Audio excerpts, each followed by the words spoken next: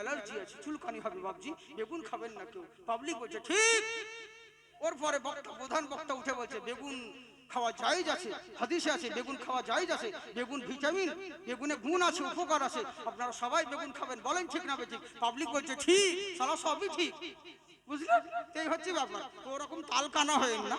হ্যাঁ, তো যাকে ইনশাআল্লাহ মহব্বতের সঙ্গে হাত উঠিয়ে বলেন আল্লাহু আকবার, মাশাআল্লাহ, সুবহানাল্লাহ। তাই বার করলো কি, বলছে শোনো, আমি তোমাকে এরই জন্য চিনলাম যে তুমি হলে মুসলমান, তুমি হলে মুসলমান, তুমি সব পরিবর্তন করেছো, নবীর আখলাক পরিবর্তন করতে পারো নাই। এবার রাজার দরবারে তাকে হাজির করা হলো। রাজার দরবারে হাজির করা হয়েছে, দেখেন মুসলমান নিয়ে এসেছি, ধরেন। তখন বলছে শোনাই মুসলমান, বললে কি? বলে আচ্ছা বলো তো দেখি, তোমাকে ছেড়ে দিতে পারি, সবাইকে তো কতল করেছি, তোমাকে ছেড়ে দিতে পারি, কিন্তু একটা শর্তে। বলে কি শর্ত? বলে তুমি যেই মুখে নবীর কলমা পড়েছো, যেই মুখে নবীর কলমা পড়েছো, নবীর প্রতি ঈমান এনেছো, সেই নবীর কলমা ছেড়ে দিতে হবে। সে নবীর কলমা ছেড়ে দাও, বাস তোমাকে ছেড়ে দেবো আমরা। নবীর কলমা তুমি যদি ছেড়ে দাও তো আমরা তোমাকে ছেড়ে দেবো, আর কোনো ব্যাপার নেই। সঙ্গে সঙ্গে যুবক ছেলেটা চিৎকার মেরে বলে উঠল, শোন, এই শরীরের মধ্যে যতক্ষণ প্রাণ রয়েছে, দেহের মধ্যে যতক্ষণ প্রাণ রয়েছে, মুখে যতক্ষণ জবান রয়েছে, শরীরের বিরুদ্ধে এক বিন্দু রক্ত পরিমাণ থাকাকালীন যেই মুখে নবীর কলমা পড়েছি, বেঁচে থাকাকালীন ওই নবীর কলমা কোনো দিন ছাড়বো না। সুবহানাল্লাহ। আমি আপনি হলে কি করতাম?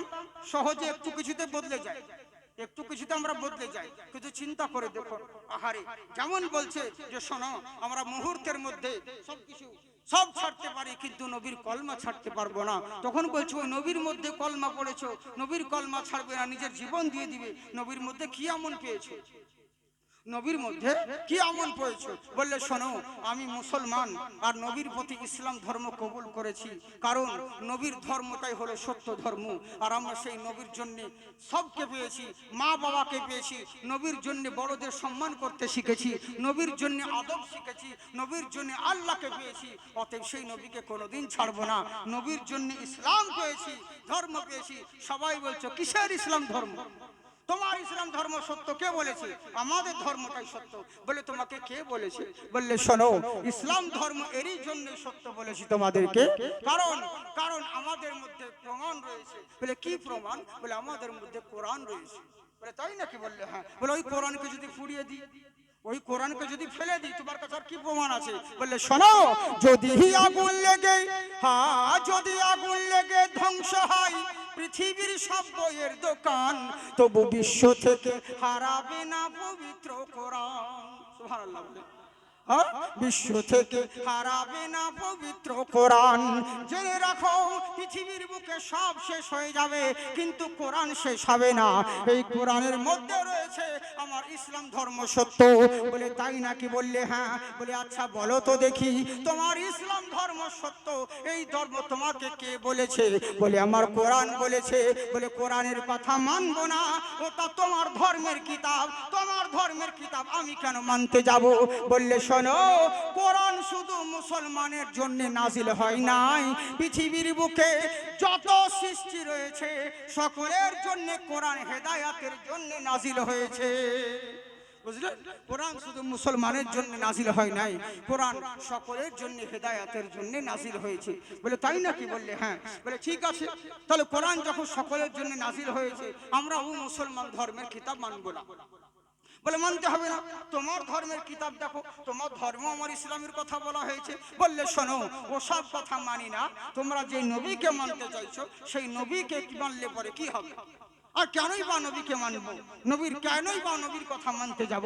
বললে শোনো, এরই জন্যই তোমাকে মানতে হবে, কারণ নবী মুস্তাফা হচ্ছেন সকলের নবী, জাকির হোসেনের যেই নবী, জয়দেবেরও সেই নবী, আব্দুল গফফারের যেই নবী, ওই শ্রীকৃষ্ণেরও সেই নবী, আব্দুল খালেকের যেই নবী, আব্দুল জব্বারের যেই নবী, জেনে রাখো ওই শঙ্করেরও সেই নবী।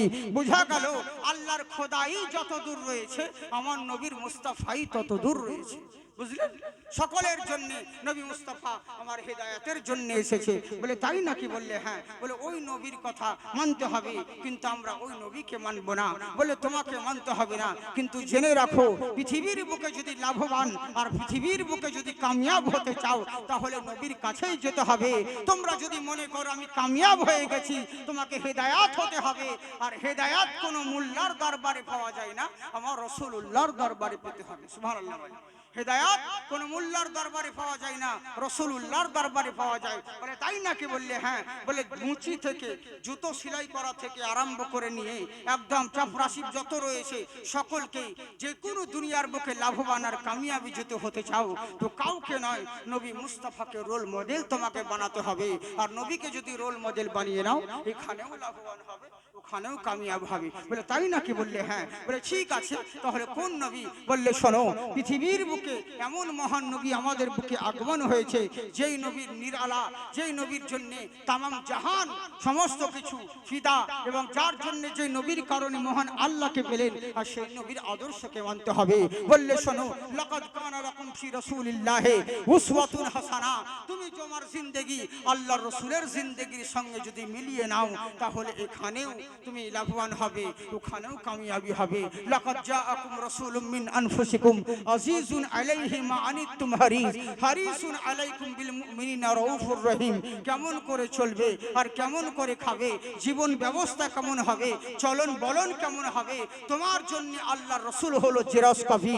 আল্লাহর রাসূলের আদর্শ যদি তোমার মধ্যে থাকে, তোমরা এখানেও কামিয়াবি, ওখানেও জান্নাতি। সুবহানাল্লাহ বলে। তখন সবাই রাজদরবারে যতজন রয়েছে এরা সবাই অবাক, বুঝলেন? সবাই মিলে অবাক হয়ে আছে, হায় রে হায় রে, এ তো ভালো সুন্দর কথা শোনালো। কেননা যেহেতু নবীর আদর্শ, নবীর আখলাক, নবীর ব্যাপারে সবাই, আমি যদি একে কতল করে দিই তো এর জন্য পাবলিকের যে অবস্থা, এরা সবাই কিন্তু কলমা পড়বে। তার মানে এরকম করলে হবে না, একে কিছু লোভ দেখায়, একে কিছু লোভ দেখায়। এবার করলো তাকে, একে কেমন কিছু প্রতারণা দিল, এখনো সময় একে কিছু লোক দেখাতে হবে। বলে শোনো, তোমার জন্য স্বর্ণের মখমলের গদি তোমাদেরকে দিব, তোমার যা কিছু খরচা আসবাবপত্র লাগে সব তোমাকে দিয়ে দিব, শর্ত হলো একটা, তোমাকে নবীর কলমা ছাড়তে হবে। বলে সারা দুনিয়া যদি আমাদের হাতের মুঠো করে দাও, যেই মুখ দিয়ে নবীর কলমা পড়েছি ওই মুখ দিয়ে নবীর কলমা কখনোই ছাড়বো না। সুবহানাল্লাহ। কথাগুলো সব বললেন। এখনো সময় সরাজ দরবার সবাই চুপচাপ রয়ে গেল বাচ্চার কথা শুনে। বলে আমি তোমাদেরকে আগেই বলেছিলাম, এখনো মুসলমান আমার দেশে যতদিন পর্যন্ত থাকবে, এরকম মুসলমান পৃথিবীর বুকে যতদিন থাকবে, হাজার যদি চেষ্টা করে একটা গায়ের মুসলমান একজন মুসলমানের চুল পর্যন্ত বাঁকা করতে পারবেন না। সুবহানাল্লাহ। ওরকম মুসলমান আপনাদেরকে হতে হবে, কিন্তু আমরা সেই রকম নয়। আমরা শুধু নামকে ওয়াস্তে মুসলমান, মুখে বলি আমরা আল্লাহকে মানি, আমরা আল্লাহকে ভয় করি, কিন্তু কাজের কাজ কিছু নাই। আমরা মুখে বলি আল্লাহওয়ালাদেরকে মানি, আল্লাহর ওলিদের জিকির আজগার করি, একে আল্লাহর ওলির মোহাব্বত বলে না। এটা জেনে রাখবেন। আজকে হুজুর মুফতি আজম হিন্দের উর্সে উপলক্ষে আমরা যেখানে হাজির হয়েছি, মুফতি আজম হিন্দ সহজে হওয়া যায়নি। মুফতি আজম হিন্দ এমনি হয় নাই, আইরে গাইরে মানুষ নাই। আপনার আমার মতন যদি দুনিয়াবির মোল্লার ক্ষেত্রে মোল্লাগিরি করতাম আর দুনিয়াবি ক্ষেত্রে রং তামাশায় কাটিয়ে দিতাম, তাহলে কখনোই নয়। ওই মুফতি আজম হিন্দ রাস্তা দিয়ে চলতে আছেন, এখনো সময় একজন গায়ের মুসলমান দূর থেকে দেখতে আছে লাহোরের সরজমিনে, এখনো সময় দূর থেকে আমার মুফতি আজম হিন্দ হাঁটতে আছে, এমন সুন্দর নুরানি চেহারা দূর থেকে দেখতে আছে। কিন্তু হিন্দু মুসলমান আশেপাশে রয়েছে, কিছু বলতে পারছে না। কি বলবো, চারি সাইডে তো মুসলমান, আর এমন সুন্দর চেহারা, দৌড়িয়ে কাউকে কিছু না বলে সঙ্গে সঙ্গে এসে পায় কদম মুবারকে পড়ে গিয়ে বলছে, হুজুর আমি কিচ্ছু জানি না, আপনি যেই ধর্মের দীক্ষিত মানুষ আমাকে সেই ধর্মে দীক্ষিত করে নেন, আমাকে তাড়াতাড়ি কলমা পড়িয়ে মুসলমান করে নেন। সঙ্গে সঙ্গে হাত বাড়িয়ে কলমা পড়িয়ে মুসলমান করলেন। এবার আশেপাশের লোকগুলো তাকে বলল, আরে গায়ের মুসলমান, তুমি কি এমন দেখলে? এতদিন ধরে আমরা এখানে বসবাস করছি, কোনোদিন তো মুসলমানের কথা বলনি, তুমি তো মুসলিমকে দেখতেই পারো না, আজকে হঠাৎ করে কলমা পড়ে মুসলমান হলে? বললে শোনো, এরই জন্য আমি কিচ্ছু দেখিনি, শুধু দেখলাম উনার চেহারা খানি। ওরে গোলামের যদি চেহারা এত সুন্দর হয়, আল্লাহওয়ালার চেহারা আর আদর্শ যদি এত সুন্দর হয়, না জানি মদিনাওয়ালা মুস্তাফার চেহারা কত সুন্দর হবে। আর মদিনাওয়ালার চেহারা যদি অত সুন্দর হয়, না জানি মহান আল্লাহ কত সুন্দর হবে। এর জন্য তিনার ধর্মটাই সত্য, আমার মন গাওয়াই দিচ্ছে। এরই জন্য তার হাতে হাত রেখে আমি কলমা পড়ে মুসলমান হলাম। মুসলমান আল্লাহওয়ালা তাদেরকে বলে যাদের প্রচার অ্যাডভাইস করতে হয় না, যাদের চেহারা দেখলে জিকির শুনলে মানুষ অটোমেটিক মুসলমান হয়ে যায়। সুবহানাল্লাহ। আর আমরা এমন মুসলমান, আমাদেরকে দেখলে পরে লোকে মানে হিনকার করে, লোকে বলে যে মুসলমান না হয়েছে তো ভালোই আছে। বুঝলেন? এই তো হচ্ছে আমাদের মুসলমান। কেন এই পরিস্থিতি কেন হলো? কারণটা হচ্ছে কি, আমরা সব বদলেছি, সব করেছি, নিজের আখলাক পরিবর্তন করতে পারি নাই। আমরা শুধু এক কান দিয়ে শুনি আর এক কান দিয়ে বের করি। জালসা তো শুনি, কিন্তু শুধু বক্তাকে চেহারাকে দেখি, বক্তা কি বলছে, হ্যাঁ ওগুলোকে দেখি শুনি, কিন্তু কোনো জিনিস আমল করি না, কোনো দিক দিয়ে বুঝি না। বুঝলেন? প্রত্যেক জিনিসের মধ্যে একটা হেদায়াত ঢুকে আছে, কথা অনেক কিছু কথা আছে, অনেক কিছু ব্যাপার রয়েছে। আমি আপনাদেরকে যদি কোনো আউলিয়ার বা অন্য কাউরি যদি জীবনী কিছু একতরফা বলে যেতাম কোনো কারামত, এ শুনে আপনাদের কোনোদিন হেদায়াত হতো না। শুধু শুনতেন, বলতেন বাহ বিশাল বড় আল্লাহর ওলি, এত সুন্দর পাওয়ার তিনার ছিল, এইটুকু। কিন্তু ওর মধ্যে কোনো হেদায়াত ঢুকে না, ওতে শুনে আপনি কিছু পাবেন না। বুঝলেন? তো কিছু কিছু ব্যাপার রয়েছে যে জিনিসগুলো সংক্ষিপ্তের মধ্যে অনেক কিছু ব্যাপার শেখা যায়। একটা কথার মধ্যে 100টা কথা লুকিয়ে রয়েছে। ইনশাআল্লাহ আজকে তো ট্রেলার, আগামী কালকে তো মেন প্রোগ্রাম রয়েছে। বুঝলেন? সব রকম আপনাদেরকে শোনা যাবে। আর আমরা হচ্ছে অলরাউন্ডার মাল, একভাবে নয়, আমরা হাজারো দিক দিয়ে কথা বলি, সব রকম ভাবে কথা বলি। এইটুকু সময়ের মধ্যে আল্লাহর ওলির কথা বললাম, নবীর কথা বললাম, সংস্কৃত দিয়ে বললাম, কি করে হ্যাঁ আমরা মুসলমান, আমাদেরকে হিদায়াত হতে হয় বাপজি। আমরা শুধু নামধারী মুসলমান হলে হবে না। এরই জন্যই তো কোন কবি বলে মুসলমান আমরা কেমন মুসলমান, চিন্তা করুন। আর আমরা কোন নবীর উম্মত, যার জন্য বলে ওরে বিশ্ব জগতে ঘুরলে যার জোড়া পাবে না, ওরে বিশ্ব জগতে ঘুরলে যার জোড়া পাবে না, আমার নবীর মতো আর নবী হবে না। সুবহানাল্লাহ বলেন না।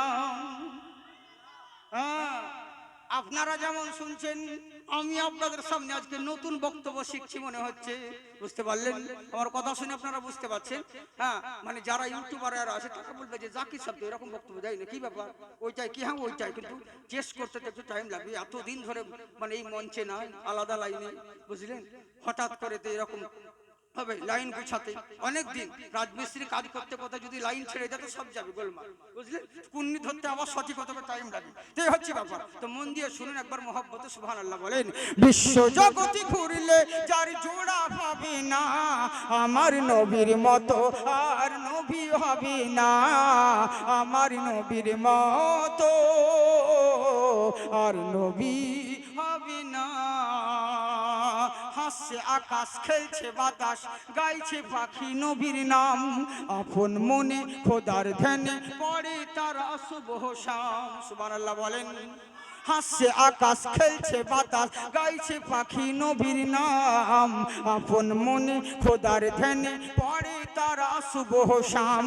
ওরে সেই নবীজি ধরাই এসে দিলেন খোদার ঠিকানা, ওরে সেই নবীজি ধরাই এসে দিলেন খোদার ঠিকানা, আমার নবীর মতো আর নবী হবে না।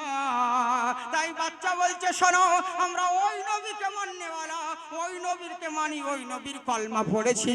ওরে যেই নবীর ব্যাপারে কি বলবো তোমাকে, যেই নবীর থুথুর বরকত সবার চাইতে নিরালা। বলে কেমন করে?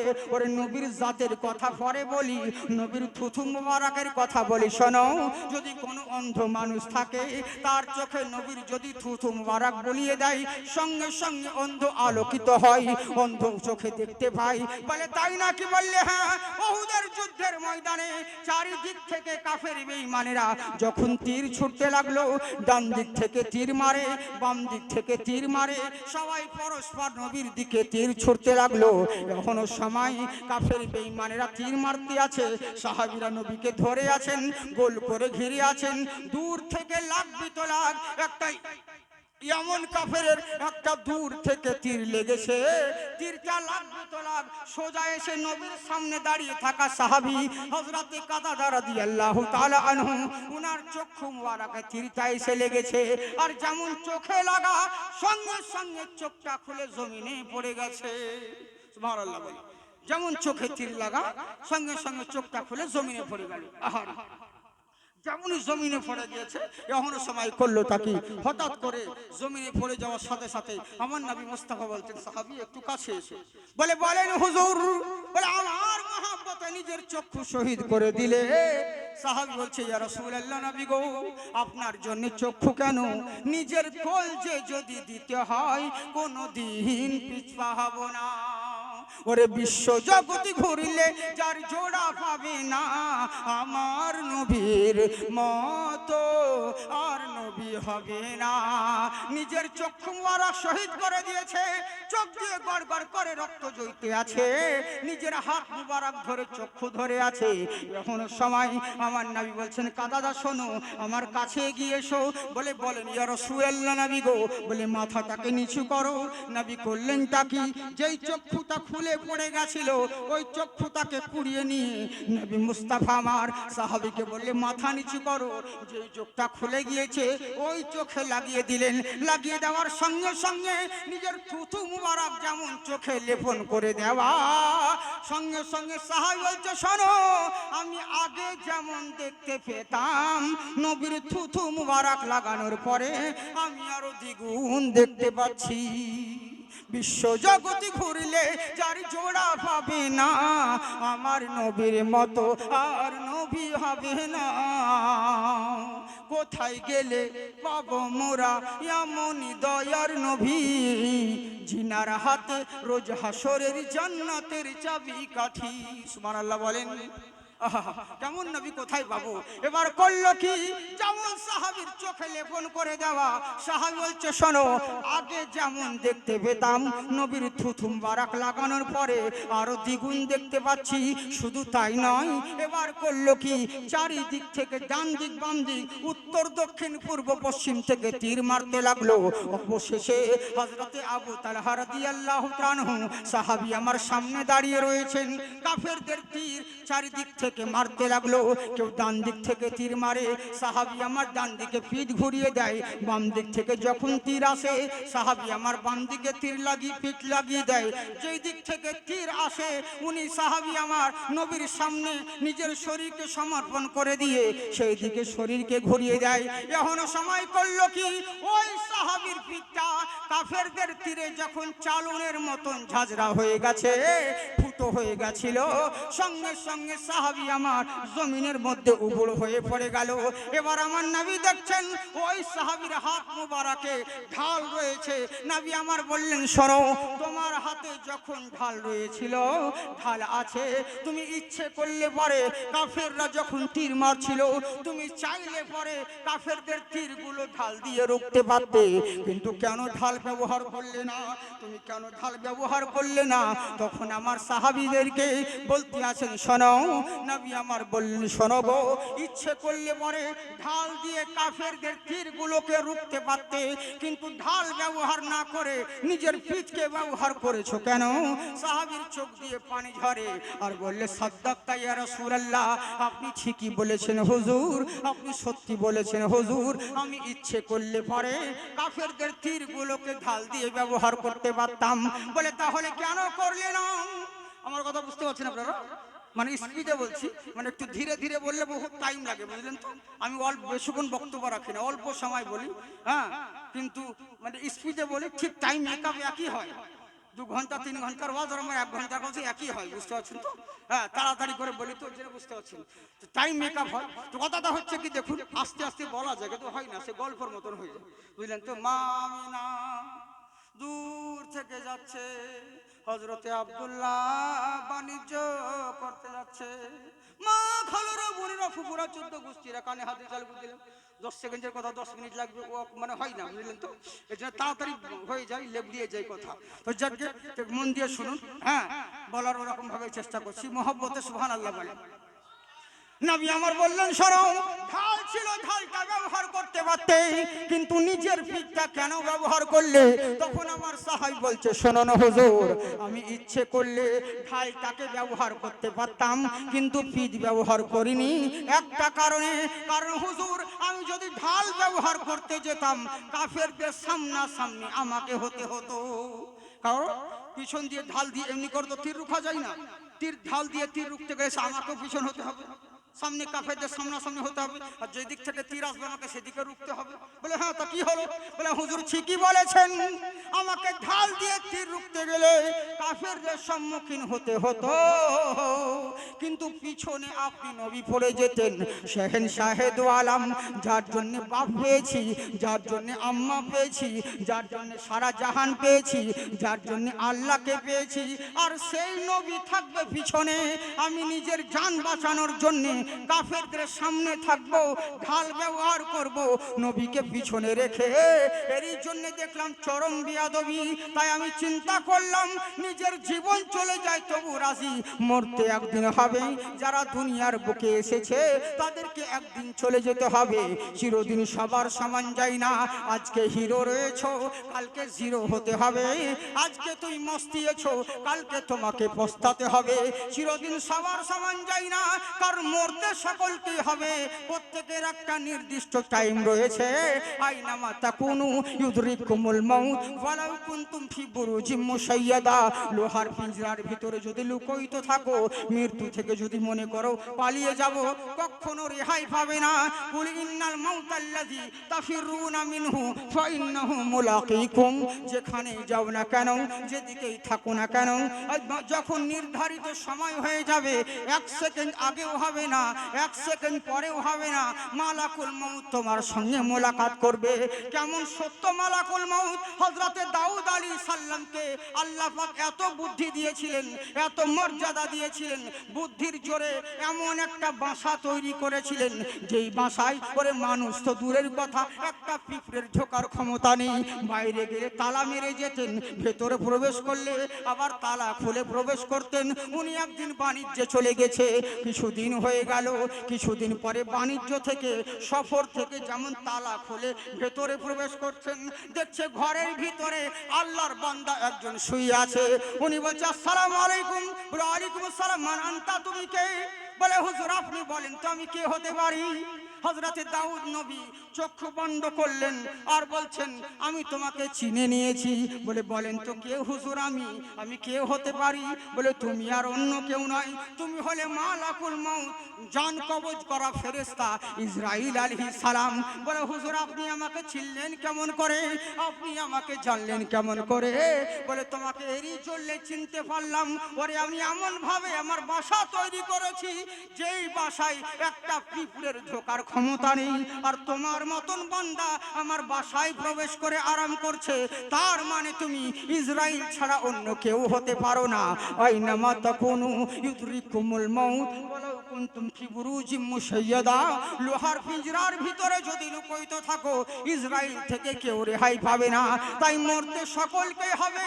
কুল্লু নাফসিন যায়কাতুল মাউত। পৃথিবীর বুকে বহু জিনিসের মজা চেখেছো, বহু জিনিসের স্বাদ গ্রহণ করেছো, একদিন তোমাকে মরণের স্বাদ গ্রহণ করতে হবে। তাই মরতে যখন আমাকে হবে, আজকে মরল মরতে হবে, কাল মরল মরতে হবে। তাই মরতে যখন হতেই হবে আমাকে, তাই বেঁচে থাকাকালীন নিজের জীবন দিয়ে দিব তবু রাজি, কিন্তু বেঁচে থাকাকালীন নবীর বিয়াদবি হতে দেব না। এরই লেগেই হুজুর আমি ঢাল ব্যবহার করিনি, আমি আমার নিজের পিঠটাকে ব্যবহার করে দিয়েছিলাম, যেন কাফেরদের তীরগুলো আমার পিঠে এসে লাগুক, আমি মরে যাব, কিন্তু নবীর গায়ে একটা আঁশ লাগতে দেব না। ওরে বিশ্ব জগতি ঘুরলে যার নাই তুলনা, আমার নবীর মতো আর নবী হবে না। আল্লাহুম্মা সাল্লি আলা সাইয়্যিদিনা মাওলানা মুহাম্মদ ওয়া আলা আলি সাইয়্যিদিনা